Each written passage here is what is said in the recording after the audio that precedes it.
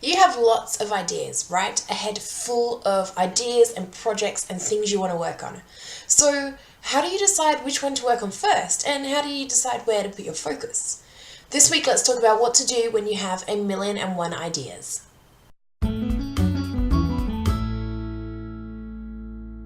Hi, I'm Sam Nordberg. Welcome to this week's mini training, and this week we're going to talk about what to do when you have lots of ideas. So, if you are anything like me, then you have a head full of stuff. You've got all these projects you want to work on, you've got all these grand ideas and wonderful things that would be amazing if you could do them.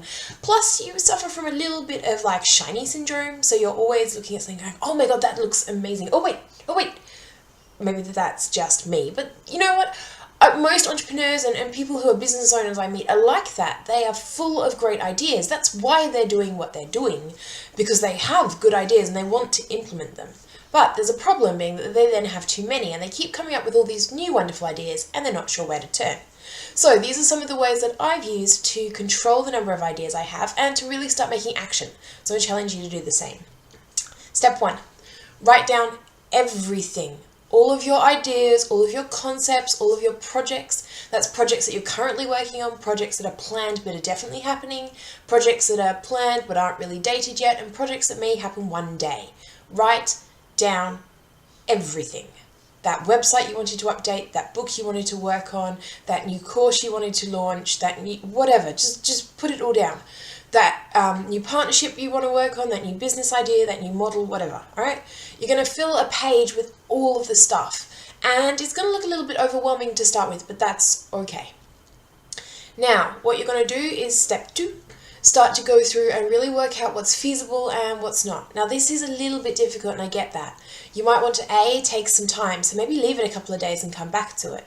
Come back and look at these projects, and the first thing to do is cross out the ones that are just not relevant now, as in like not at all, or really, that's my microphone crashing, or really not physically possible, or just not part of what you're up to at the moment. So I want you to go through and cull, get rid of the stuff that isn't needed there. To do this, you may need to write a pros and cons list. Yep, a good old pros and cons list. Work out which ones are the best, which one's going to work. Your pros and cons might involve the ability to earn you money, the downside will be that they're off topic, whatever. So first of all, go through that list and cull anything that's just not relevant.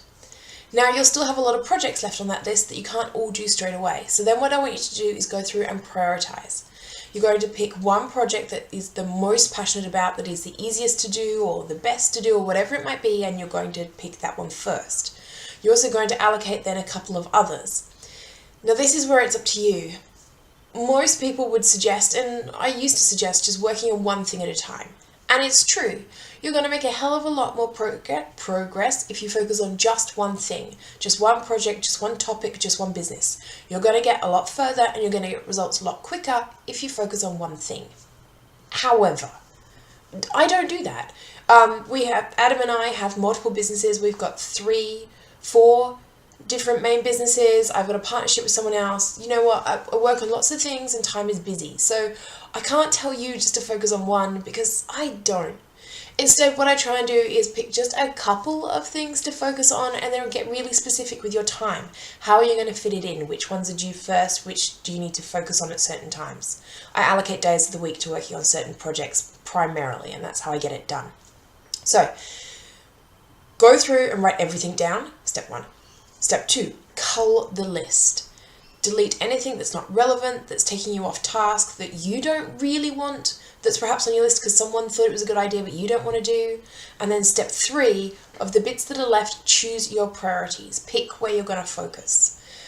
Okay, so that's not a flawless model and you're still going to get distracted by pretty shiny things. But once you've got your focused list then of the couple of projects you're working on, what I want you to do is not start anything else until some of those smaller projects are finished. So if there are different business models on there that are obviously going to go for a long time, not a lot you can do about it. But if there are projects on there like completing a website or writing a book, don't add another project like that until you finish the first one. Look, I'd love to hear from you. A, do you have a whole heap of different things going on, a huge list of things, different business models, different websites, Tell me about them. Jump into the comments down below and give me a list of the things you're working on. And 2, do you struggle with this? With 1,000,001 ideas and pretty shiny things? Well, let me know I'm not alone. Surely it's not just me.